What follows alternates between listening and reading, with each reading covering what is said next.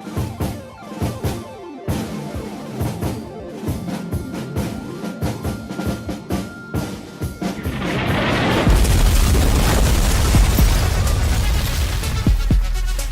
to Politics Done Right. I am your host, Egberto Willies. This is the progressive program that will take the mystery out of politics. This is the program that will encourage you to make sure government becomes we the people. Whether you are liberal, conservative, or otherwise, you get to air your point of view. Remember, you can also send me a tweet to EGBERTOWILLIES, that is, at Egberto Willies. Let us engage.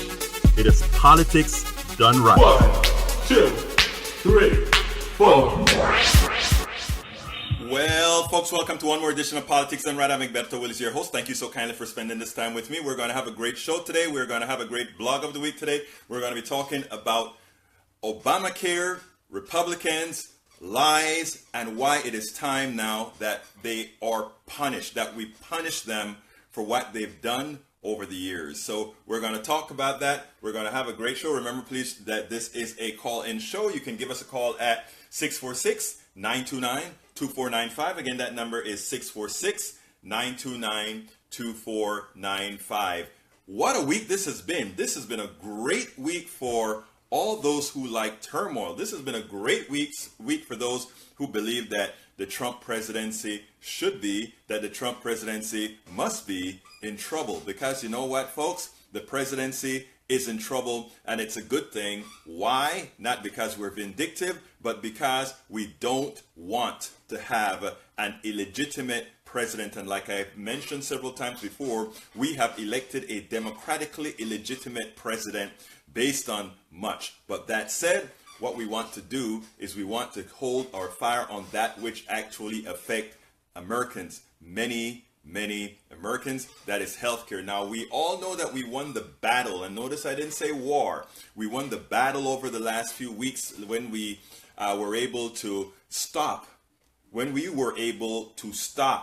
Republicans from getting Trumpcare enacted.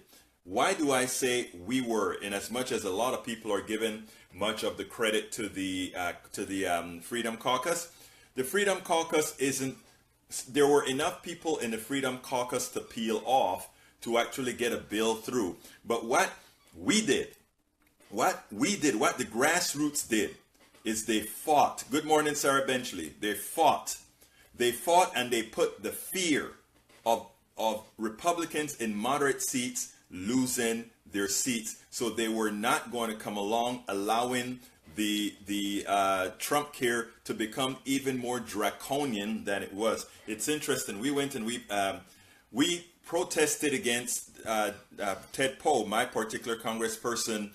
Yesterday, he was at a Chamber of Commerce meeting. He cannot have a town hall with his people, but he can always find a time to meet with the Chamber of Commerce. So we decided to take the town hall to whom? Ted Poe. Of course, he didn't come out and say hi or whatever to his constituency. So we just burned up in the heat yesterday as we went to the location where he was. What is interesting is Ted Poe left the Freedom Caucus. My congressman, Texas 02, Ted Poe left the Freedom Caucus. A lot of people are saying, oh, wow, that is great. To which I said, I don't know if that's true. You left the Freedom Caucus because they did not vote for a draconian bill. What gives? Did you really want to effect? Hi, Marianne Rich Castiglia and Carol Shoemaker Hayden, welcome aboard. You mean we are going to give him some sort of a kudos? Ken James, welcome aboard. We are going to give him some kudos because he decided not to vote for some draconian bill? Because he was mad that these people didn't vote for a draconian bill? Oh no, no kudos. This is time now for punishment. This is time now for saying the American people must be saying never again must we have politicians who decide that we rather lie to you for ideological reasons. We rather lie to you because what we really want to do is what we want to do is extract all the monies possible from Americans' health care so that we can write a new tax plan that provides a whole lot of benefits to to a very few amount of folks. People with unearned income. People who have made Cadet St. Louis, welcome aboard. We don't want to reward people who will just sit on their butts, earning capital gains, earning dividends without doing a day's work and claiming, oh, they are risking their capital. They're risking nothing. You're risking your life when you go to work. The guy who builds the bridge, he's risking his life. What is that worth? The nurse who goes to work every day and confronts diseases she may not know people have, who is risking anything?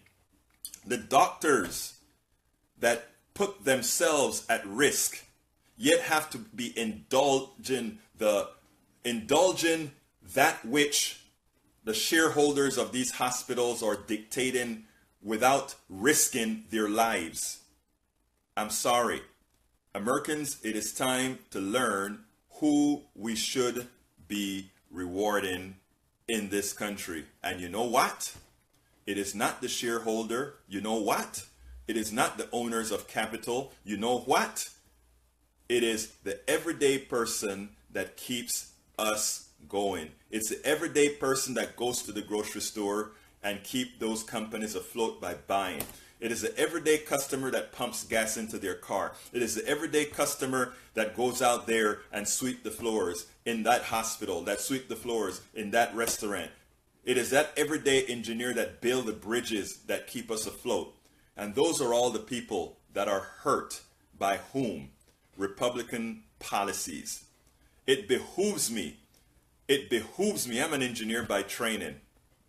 It behooves me that many engineers, people should know when degreed engineers, that it took 4 years to get a degree, knowing what it took, knowing math, knowing methodology, to believe, hello Denise, to believe that somehow we would deny teachers, we would deny engineers, we would deny opportunities to all these people because, well, we need to give a tax break to the job creators. I am sorry, the job creators, that's you.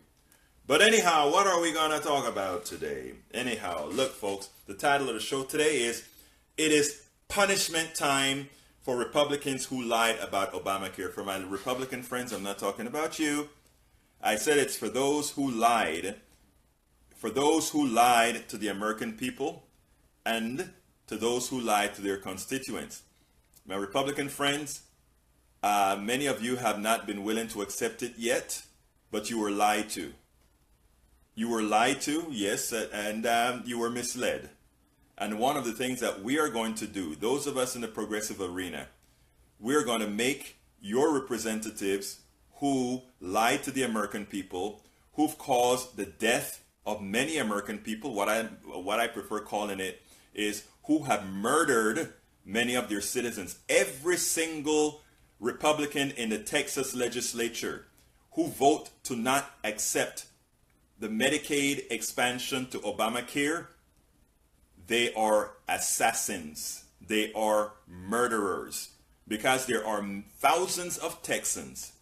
There are thousands of Texans who died because they didn't have the services that they would have had if the Texas legislature had taken the Medicaid expansion to Obamacare, which, by the way, for the first 3 years would have cost the Texas citizens zero.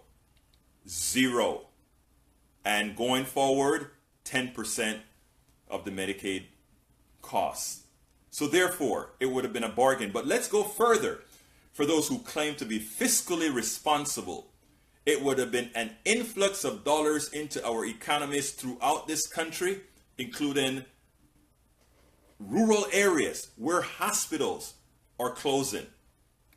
So, by not accepting the Medicaid expansion to Obamacare for ideological reasons, our Republican representatives who voted that way not only killed, not only murdered, not only assassinated Texans. They didn't only do that. That's bad enough.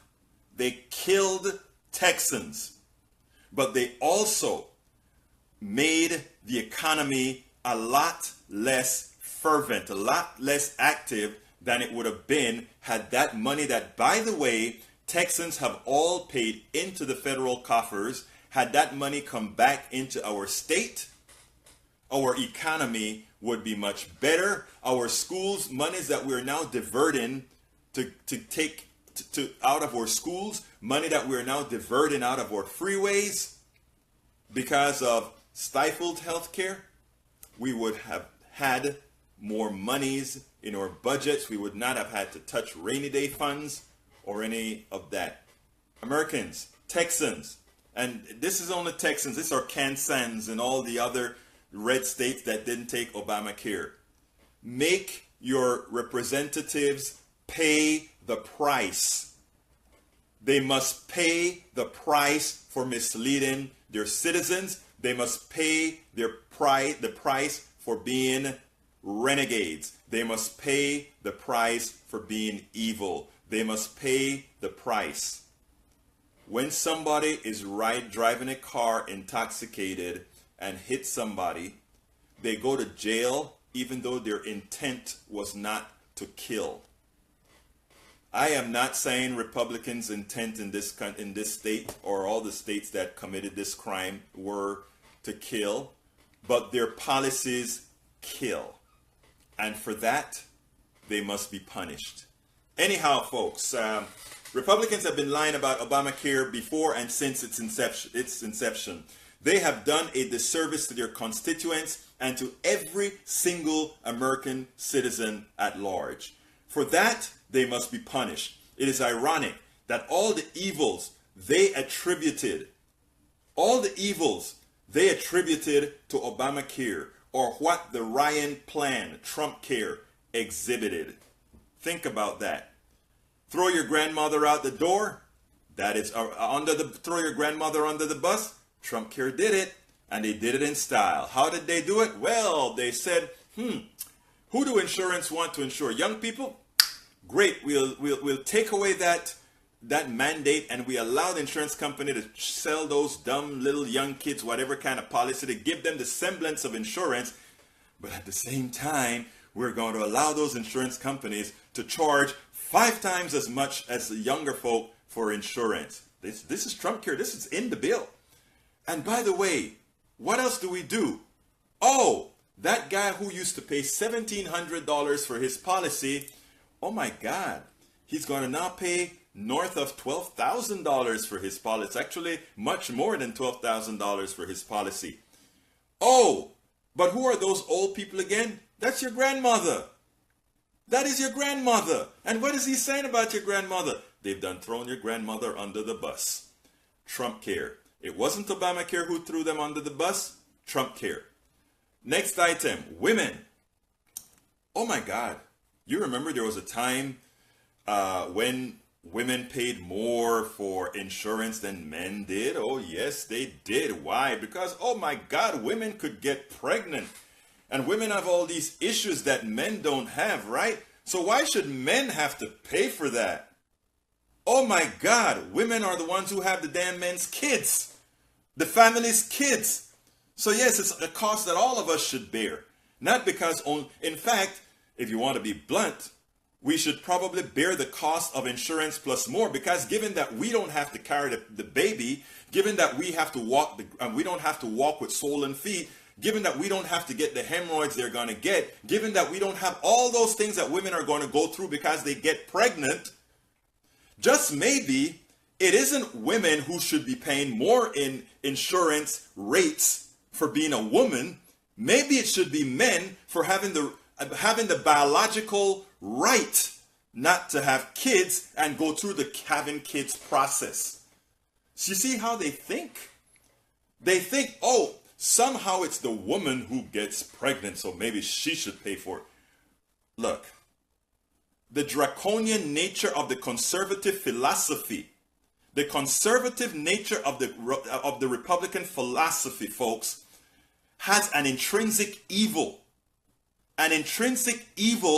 that must be extricated. And what happens many times, and this is what I talk about to my Republican friends, they don't take it to the second degree. They don't look through several levels of indirection. If you just look at the top line, well, women get pregnant and insurance is a product. If women get pregnant and insurance is a product, then maybe as a product, that product should cost more because men don't get pregnant. Well, women don't get prostate cancer either, right? So, I mean, women don't get some of the diseases men get. But by the way, women get breast cancer. Guess what? Men get breast cancer too. So we have to stop the fallacies out there. But not only that, we have to teach Americans how to think deeper. If we don't start thinking, when you have shallow thinking, when we have Trumpian thinking, because Trump has made being dumb vogue. He has made not having to think too hard vogue. I know you heard about the latest thing here. As you know, several hundred miles of our border is the Rio Grande, right? So this man wants to build this long 3,000-mile wall that's going to just go from that goes from the Gulf of Mexico all the way to the Pacific Ocean to stop those Mexicans from coming over here. But oh my God, a part of our border is El Rio Grande. The Rio Grande is a part of the border. So what you gonna do? Build a wall on our land side of the Rio Grande, right? And all those people that go to the Rio Grande to do their thing and picnic or whatever, you have this big wall, a wall that's not needed because Trump says so. And those people out there in Ohio and North Dakota and these places, they haven't got a clue of the topography of Texas, of the topography of New Mexico. They don't know. So, oh, it sounds good. We're going to put a wall to stop these people from coming over here.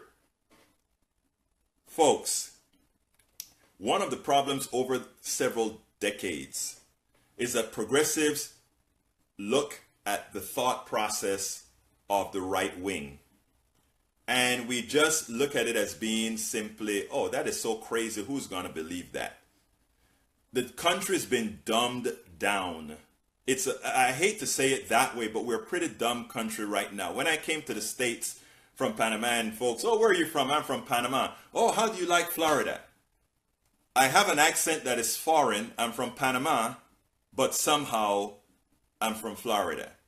There's so much that we have to do. Progressives in general, we have taken the brunt of the fallacies. We've taken the brunt of a lot of silly information. And not only that, we've given these folks a pass. We've allowed these folks to somehow have a semblance of being.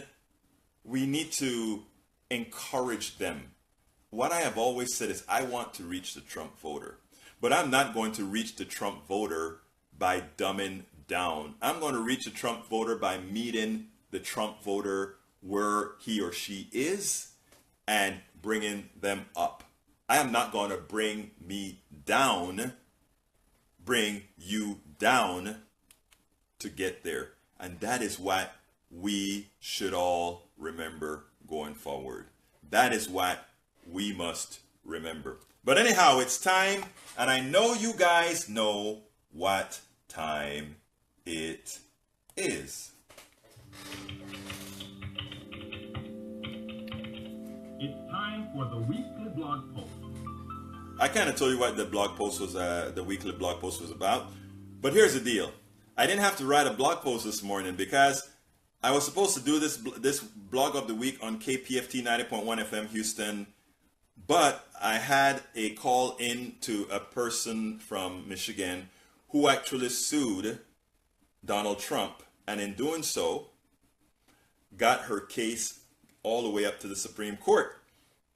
So, didn't quite have the time for this blog post, so I decided to do it on our Saturday show here on Facebook Live, here on Blog Talk Radio. Here it goes.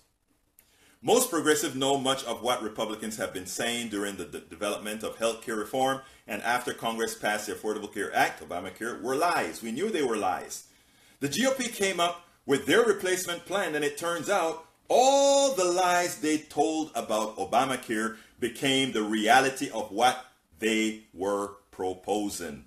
And the cruelty of their ideology was on display for all to see. So much so that Trumpcare sank to 17% approval rating. As Joyanne Reid said, and I love Joyanne Reid, she can cut to the chase rather quickly. John, I'm coming to you in a minute after the blog of the week. As Joyanne Reid said, Republicans have spent the last 30-40 years trying to replace this image of callousness towards the poor, callousness toward the elderly, with this idea of compassionate conservatism. That was whisked away over this process. There was a cruelty. There was a cruelty to this bill that was even apparent to conservative voters, to Republican voters who were shocked. They were shocked at that cruelty. They were shocked how evil a bill Ryan could come up with. And to think that the Freedom Caucus wanted it to be even more evil. Amazing. Obamacare brought Americans one step closer to having health care as a right. It meant we the people, our government, finally wrote laws that were a bit more favorable to everyday citizens. Yes, we want a Medicare for all single-payer system, but we are willing to crawl before we walk and run. We are willing to crawl before we walk and run. It was not good enough for Republicans that Obamacare was based on a more costly and less efficient conservative system that is a byproduct, or rather that is a product of the market-based insurance system. In other words, remember, Obamacare was a free market thing designed by the Heritage Foundation. He went with that because he figured he would have some support from not only insurance companies, but from Republicans. He didn't. It was not good enough that the mandate was originally a conservative idea promoting personal responsibility. The reality is that Republicans never intended on having our government, we the people, provide affordable health care, and for that matter, health care. They lied to us, and they continue to lie, and we must punish these politicians for the effective murder they've inflicted on thousands of Americans caused by their lack of insurance-based premature deaths.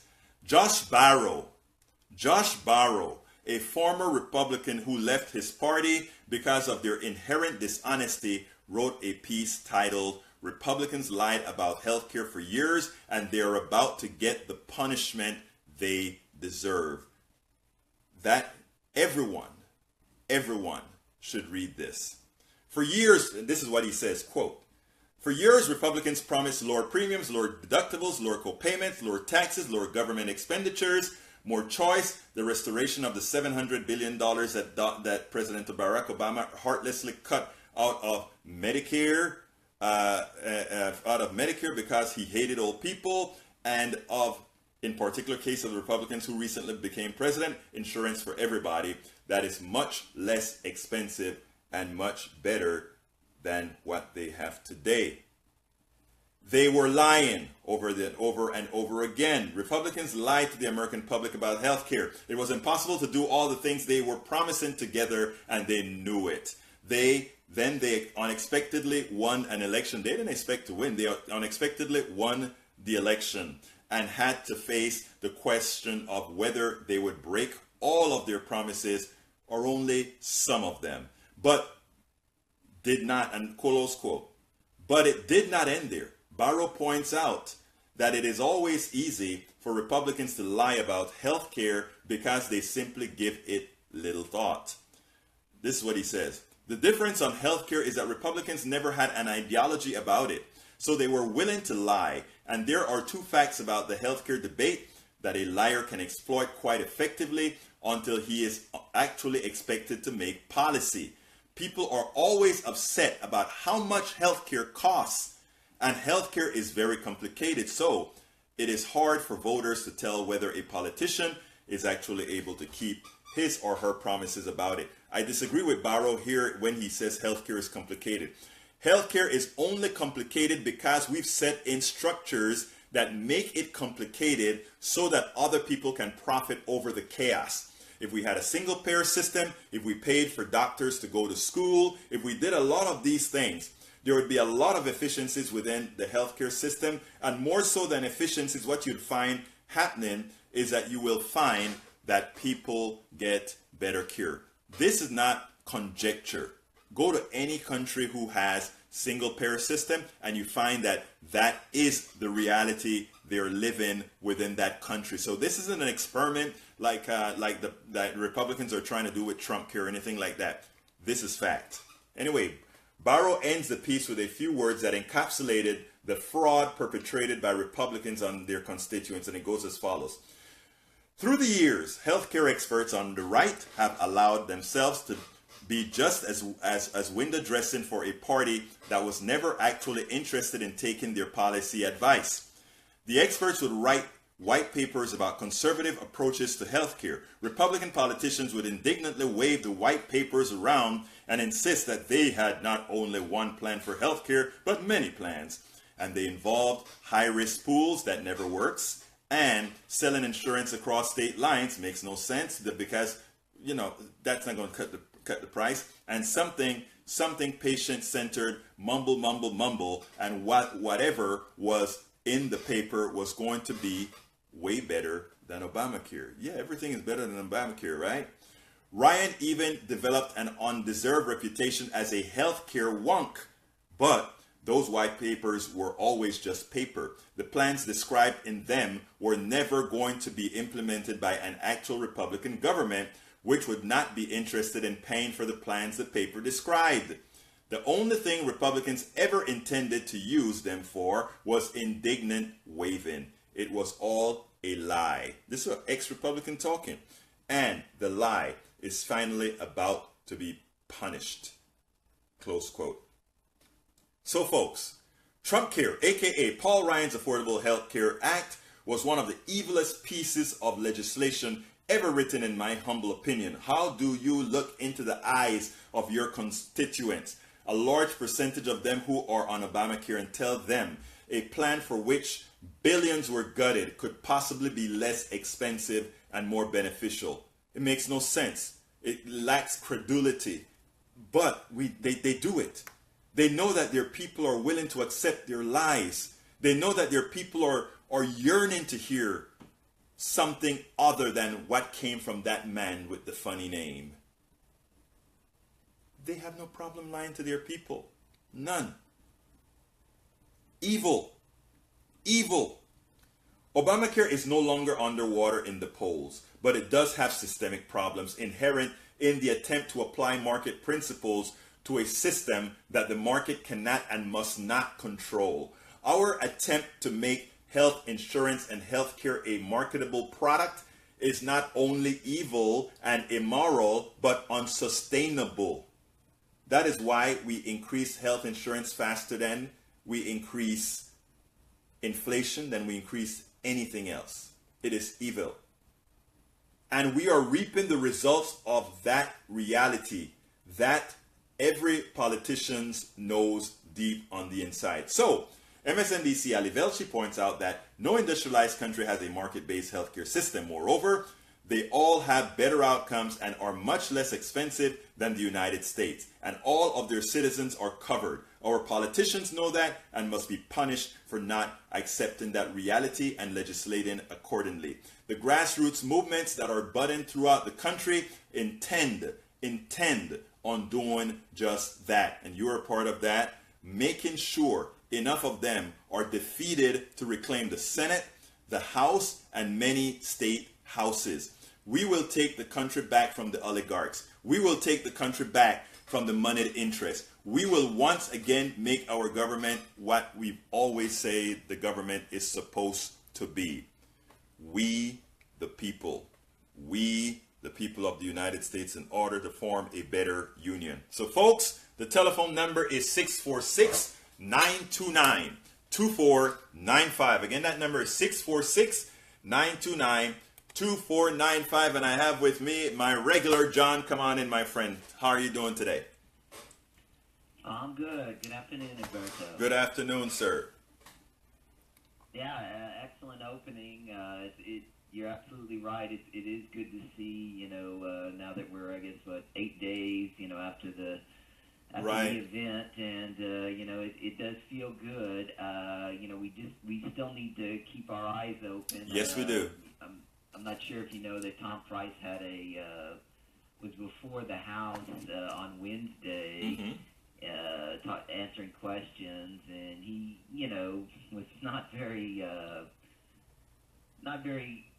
open about what he was going to do when Democrats asked him, what he was going to do. When we were talking about this last week, how they could sabotage. What was the word you used? Sabotage. Right. How they could do that. So he was very, coy about the whole thing, and so I guess we'll just have to see and keep putting pressure on him, and so I guess we'll go from there. But one thing that they do know is that if that happens, there will be an outcry. Oh yes. And so I think they're feeling the heat right now.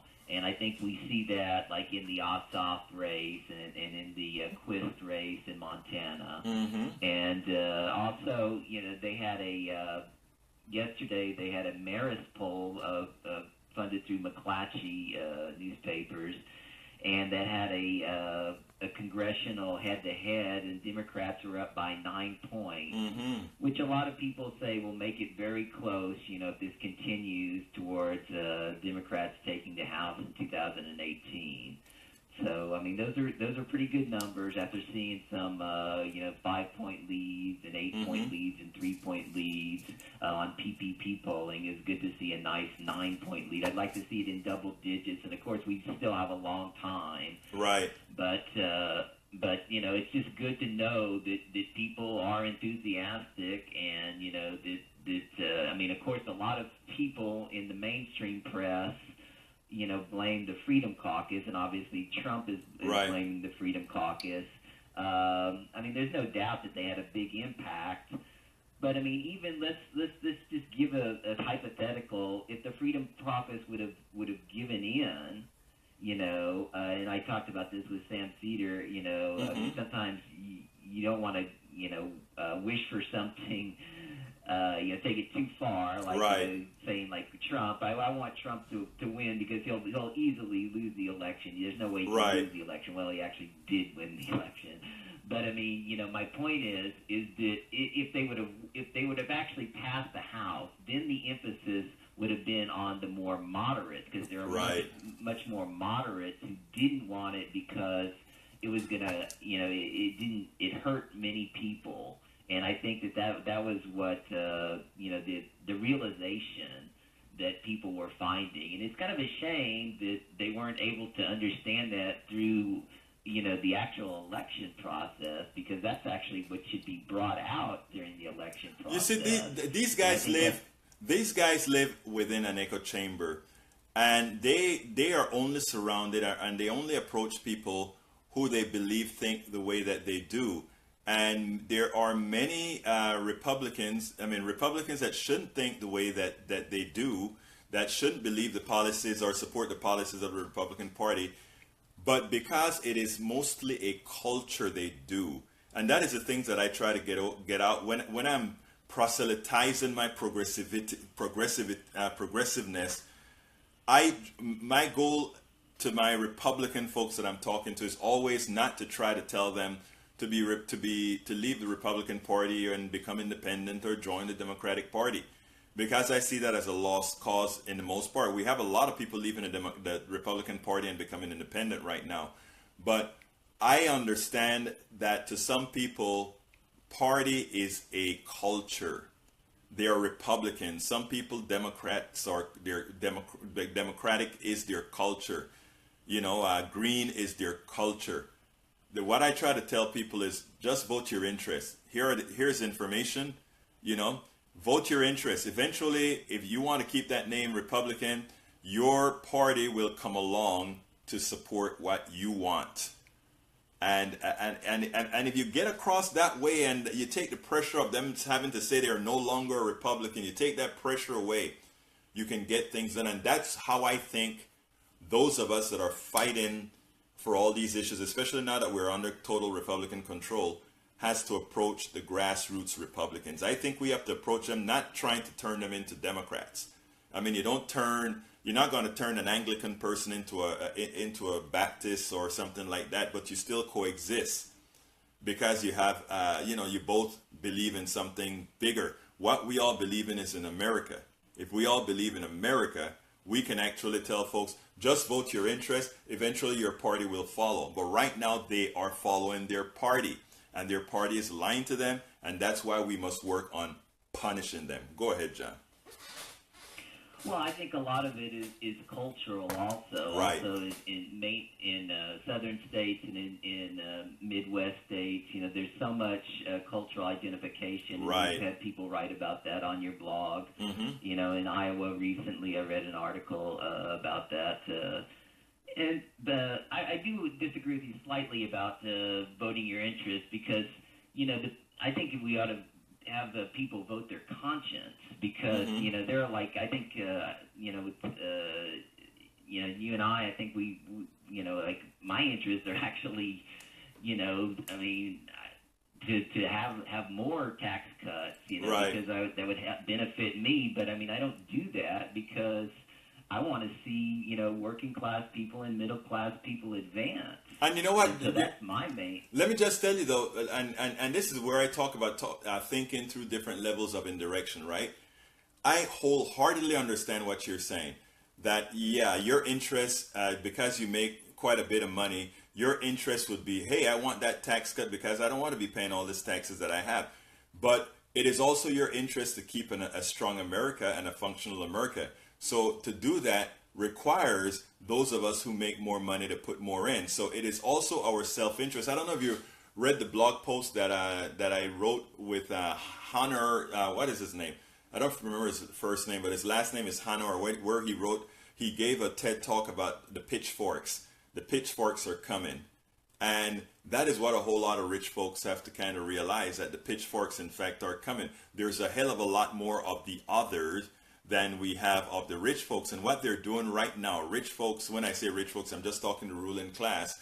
What they're doing right now is by creating policies that put so much strain onto people, where now parents have to have their kids living with them now because no one can really afford the ever increasing prices of real estate, which has no reason for said increase. When we have all these things that force people to change their social behavior, that eventually come to a head, people eventually react in the same way, no matter whether you're the United States or what we like to call third world countries. Because I am actually seeing within our country, within the United States, a lot of third world behavior, and it just proves every day that humanity behave the same, whether you're an American, whether you're Russian, whether you're Panamanian, whether you're Jamaican, whether you're whatever. So that's what I meant when I said that, John. So I don't think there's a difference without a difference in what we're talking about. Go ahead. Right. But I mean, I'm not that rich.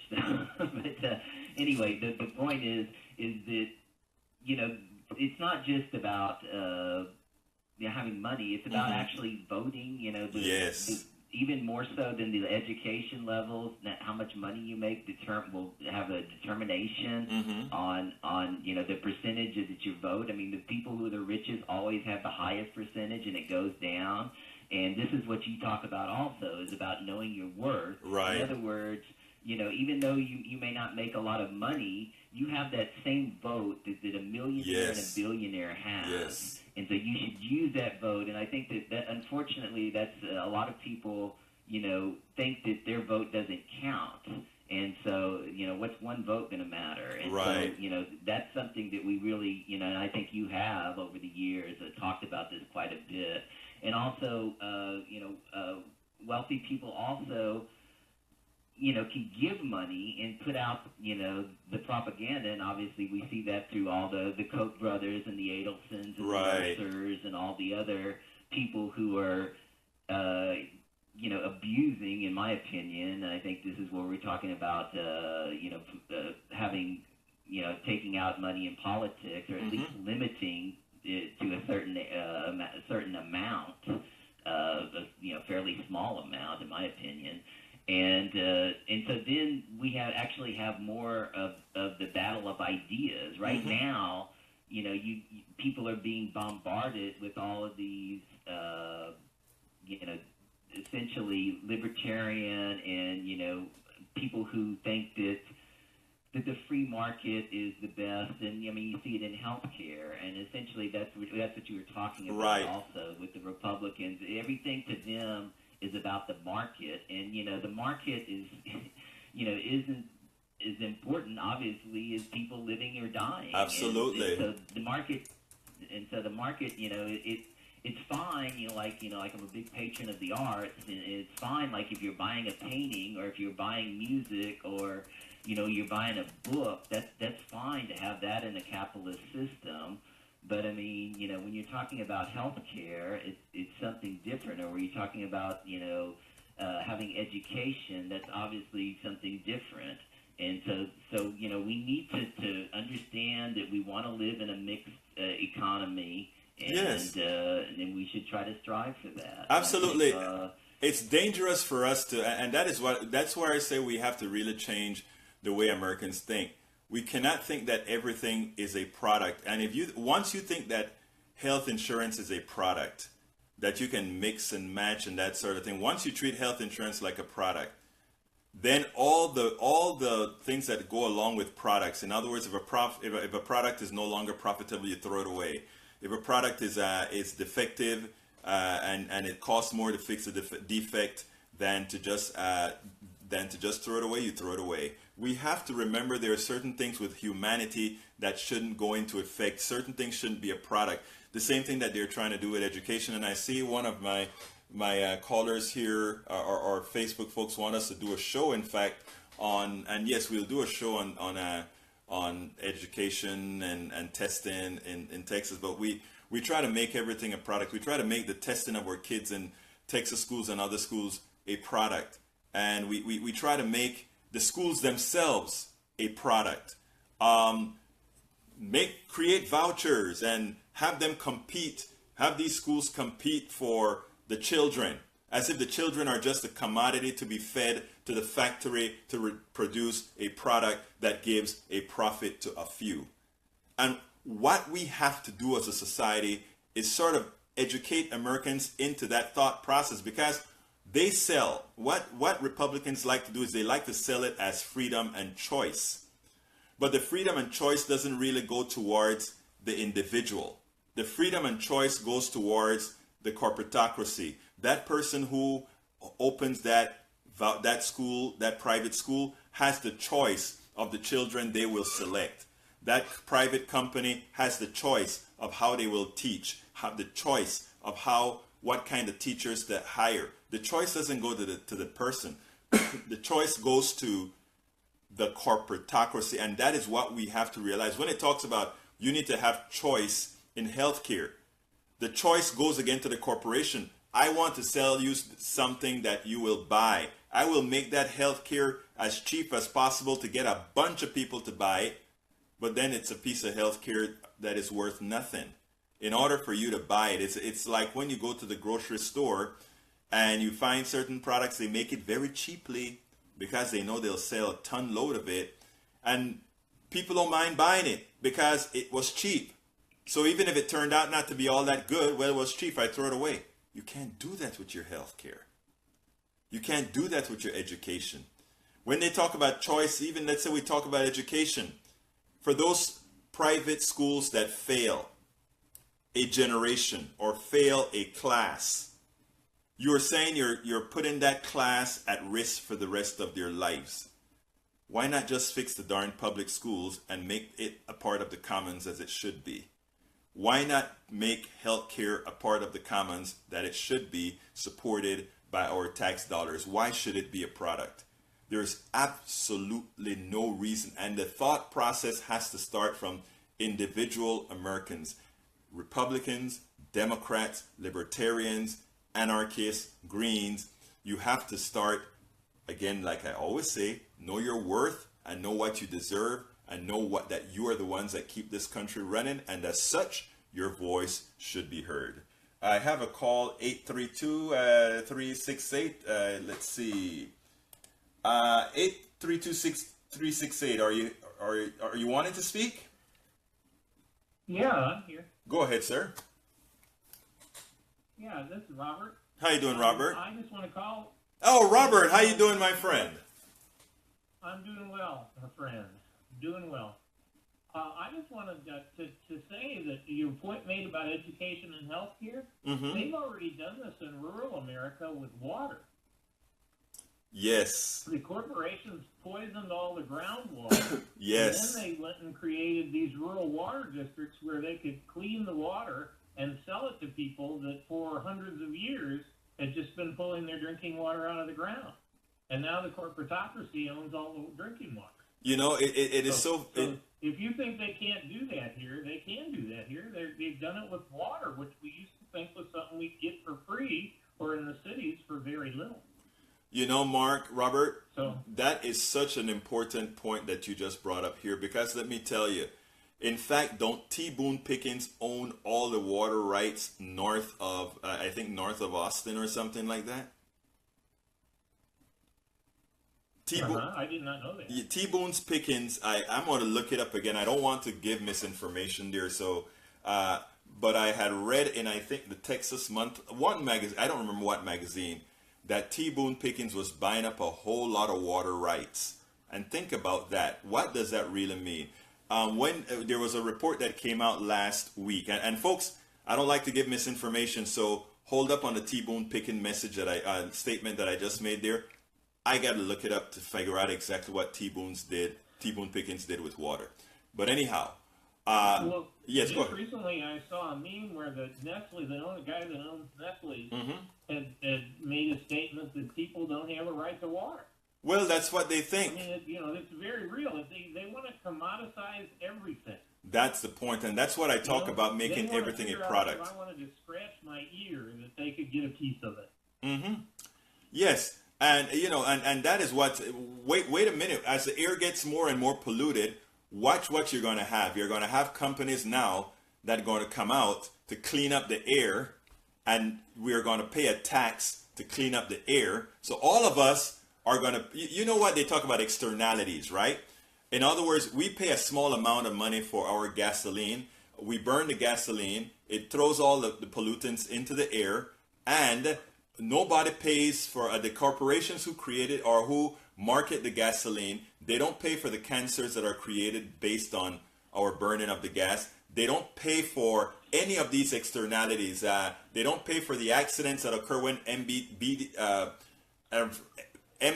I think is what it's called, gets into the groundwater supply. They don't pay for any of that.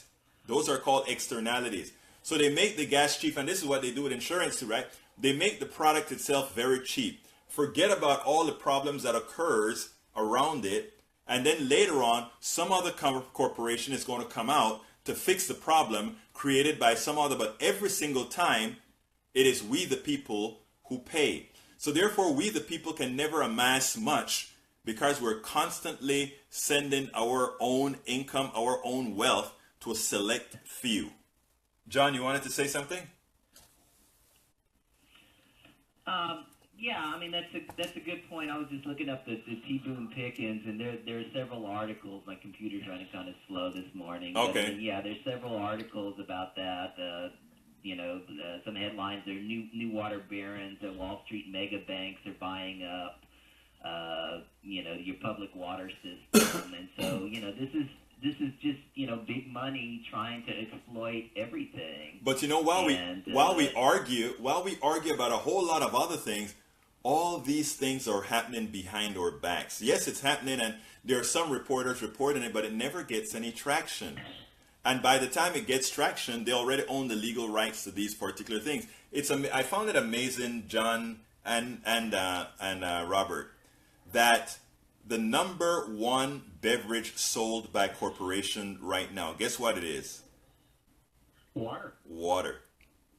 Water is the number one beverage sold by corporations. Something that we all thought was free. Who would ever thought a gallon of water would cost more than a gallon of gas? Makes no sense, right? Yeah, the one thing though is that I do want to. It's obviously bad, but the one thing that is good about it though is that people are not drinking as much sodas as before. Yes. They're a little bit more health conscious. Yes. And so, I hate to buy water myself. But there are certain times, you're thirsty and you have to, you really need to drink something, and you go to your corner store. No, I buy it. It's I don't want to buy a soda, so I'll buy water. Mm-hmm. But I agree with you. I don't, normally, you don't want to buy water. I don't see any point. But there are also places like Flint, Michigan, who have their water poisoning. Right. And so this is another part of, how politicians who are bought off, and this is happening also in Indiana and in East Chicago. They're having people move. It was just the last couple of days. They're having to move out of their house because their water supply is completely contaminated. That is very sad, yes. This is, corrupt politicians who don't, like in Flint, who don't care about people, and all they care about are profits, and they're exploiting people. And, so that's another reason why we want to have good government. Absolutely. And push politicians who are actually going to help people. Absolutely. So we have to be very cognizant of that. And what we have to do, folks, though, is, by the way, I always tell people, don't forget, you share these videos, you like the page that you're on, etc., because it's important. A lot of this stuff isn't really covered on there, or it's not given the appropriate time on the news channels. What I find ironic, both Robert and John, is the following. Cable channels have 24 hours of news that they're able to give. Do you ever wonder why you just see the same things on a loop as opposed to the thousands of stories that could be covered? We just spoke about water. Think about if all these stations decided to use 15 minutes of every hour instead of keep your loop if you want your loop for the most interesting stories. But suppose they took 15 minutes out of that hour's time, which when you think commercials, etc., would be 12 minutes, and have 3-4 minute segments of stories that never get covered but are of interest. Suppose you had 4 minutes on water. Suppose you had 4 minutes on electricity. Suppose you had 4 minutes on wind storage. Suppose you had 4 minutes on how we make wind storage and solar, which is one of the problems with these two technologies, is that they're only available when the sun is up or when the wind is blowing. How do we talk about storage technology that can put the excess away so that when the wind isn't blowing and when the sun isn't shining, we can still have power? There are so many subjects and so many intriguing things. I watched a program on Netflix yesterday called Sustainability. It's a program a documentary that came out, I think, late last year or something like that. There was so much to learn about agriculture that would have Americans make appropriate choices that could actually change the way we do agriculture here if enough people decided that they wanted to make that change. But we don't see that on the mainstream TV. We don't see that elsewhere. Well, go ahead. You know that the network news used to do that. Yes. When the networks considered the news a loss leader. Right. In a public duty. And when they decided they could market the news, that's when that went away. And the reason they don't do it is cost. Right. They have to pay reporters to do that. Yes. And they want to just have a talking head in the studio reading the tabloid. And it is irritating when you're watching CNN and something big has happened, like a shooting or something, and the sheriff comes out and makes a statement, and then for the next 6 hours you just see him rerun the loop of that sheriff statement with nothing new. Right. If you're to the point where you have to do that, then the story isn't important enough to be on your airwaves. Exactly. You have to find something else to report. And you know what I found, that is lazy. I think some of that they do because they figure the medium is somebody watches TV for an hour, then they go. They come on and they may watch 15 minutes and they go. So I mean, it's sort of the thing we do in radio, right? We're a lot of times we have to repeat a lot of the stuff. But what I'm saying is, I'm not telling them not to put important stories on the loop so that people know of the important things that occur. But I'm saying, one, consider what is really important, number one. And number two, you can create a format that bring in a whole lot of stories. And the truth of the matter is, with the amount of freelancers out there right now, they could create very good partnership with independent bloggers, very good partnership with independent writers that are reputable. And the reason you do that is that would mitigate their costs, and at the same time, they would provide traffic for these other people. But you see, the thing is that they are not in it for themselves, for the people. They're in it for the buck. Let's start our own cable news network and do just that. We are going to do that, my friend. That's in the works. That's in the works. Online, we just have to make sure that net neutrality doesn't kill it before we get it started. With net neutrality is our concern now. But right now, we are going to have to close. So, Robert, give me a quick closer. Robert? Yeah, I gotta go. Okay, you have a great day, my friend. Okay, You too.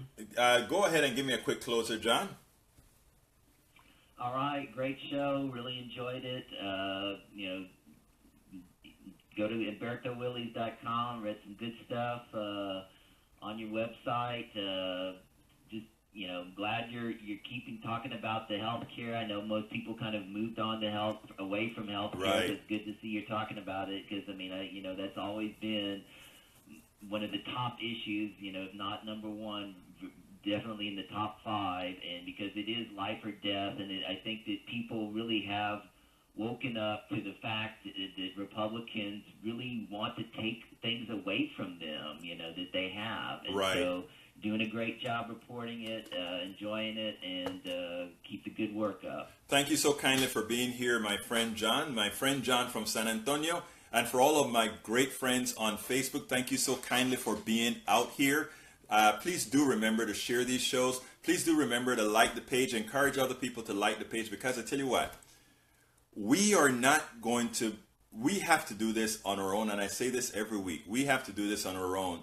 And it's all about all of us together. It's all of us together that's going to make a difference. There's not somebody out there that's going to be the magic bullet for us. We are the ones. I always love when Obama said we are the ones we were waiting for. More so than ever, a lot of people are realizing that we are the ones we have been waiting for, because when we didn't step up in this last election, look at the travesty. Look at what happened. Look at what happened. So to my good friends on Facebook, Marianne, Emp Hopel, Rachel Port, Robert Mark, and all the rest, Lou Haglock, 90 seconds. Susan Adrian, Susan Morris, Tamara Opel, Samara Rafat. Let's see. Thank you so kindly for spending this time with me.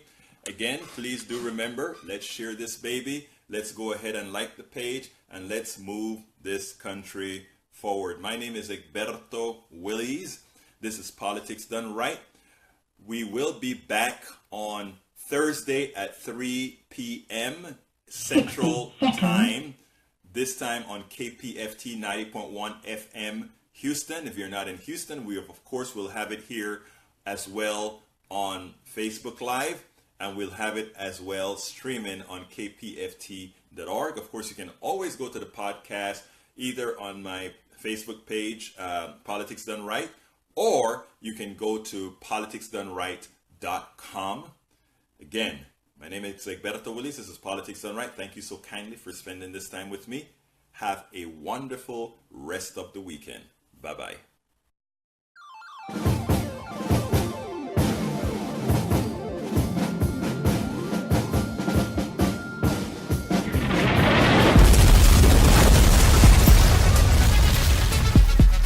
Welcome to Politics Done Right. I am your host, Experto Williams. This is the progressive program that will take the mystery out of politics. This is the program that will encourage you to make sure government becomes we the people. Whether you are liberal, conservative, or otherwise, you get to air your point of view. Remember, you can also send me a tweet to EGBERTOWILLIES.